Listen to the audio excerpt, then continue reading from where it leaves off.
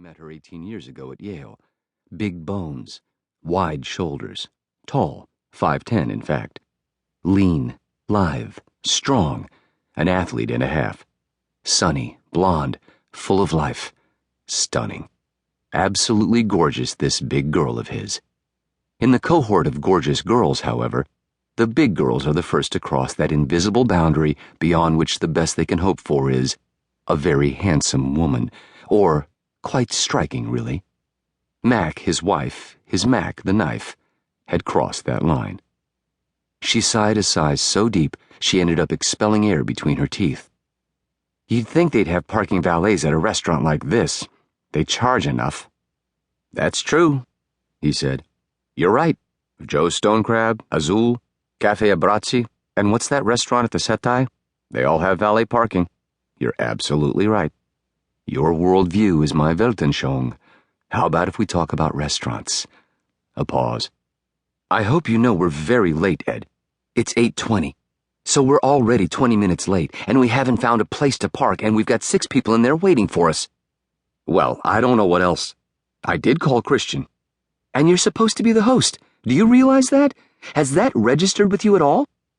Well, I called Christian and told him they should order some drinks. You can be sure Christian won't object to that. And Marietta won't either. Marietta and her cocktails. I don't even know anybody else who orders cocktails. Or how about a little obiter dictum riff on cocktails or Marietta? Either one or both. All the same, it's just not nice keeping everybody waiting like this. I mean, really, I'm serious, Ed. This is so trifling. I just can't stand it. Now, this was his chance. This was the crack in the wall of words he was waiting for. An opening. It's risky, but, and almost in tune and on key, he sing-songs, You, edit my life. You are my wife, my Mac the knife. She began shaking her head from side to side. It doesn't seem to do me much good, does it?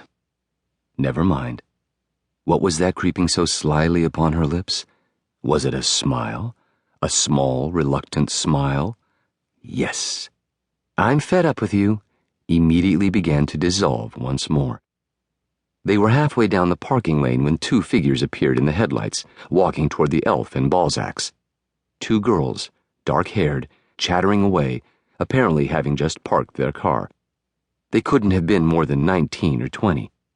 The girls and the trolling elf drew close rapidly.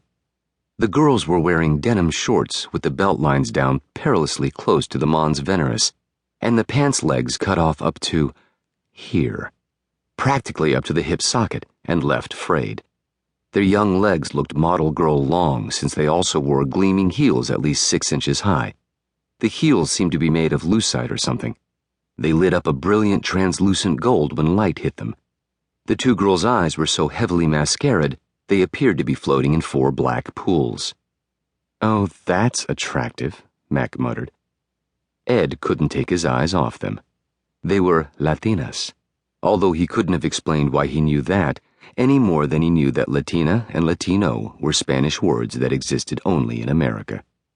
This pair of Latinas, yes, they were trashy all right, but Mac's irony couldn't alter the truth. Attractive? Attractive barely began to describe what he felt. Such nice, tender, long legs the 2 girls had. Such short little short shorts. So short they could shed them just like that. In an instant they could lay bare their juicy little loins and perfect little cupcake bottoms. For him. And that was obviously what they wanted.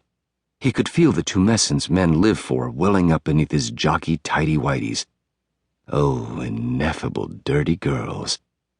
As Mac trolled past them, one of the dirty girls pointed at the green elf, and both started laughing. Laughing, eh? Apparently they had no appreciation of how upscale green was, or how hip the elf was, or how cool. Even less could they conceive of the elf, fully loaded as it was, with green accessories and various esoteric environmental meters, plus Protex Deer radar. They couldn't conceive of this little elf of a car costing $135,000. He'd give anything to know what they were saying. But here within the elf's cocoon of thermo-insulated Lexan glass windows, fiberglass doors,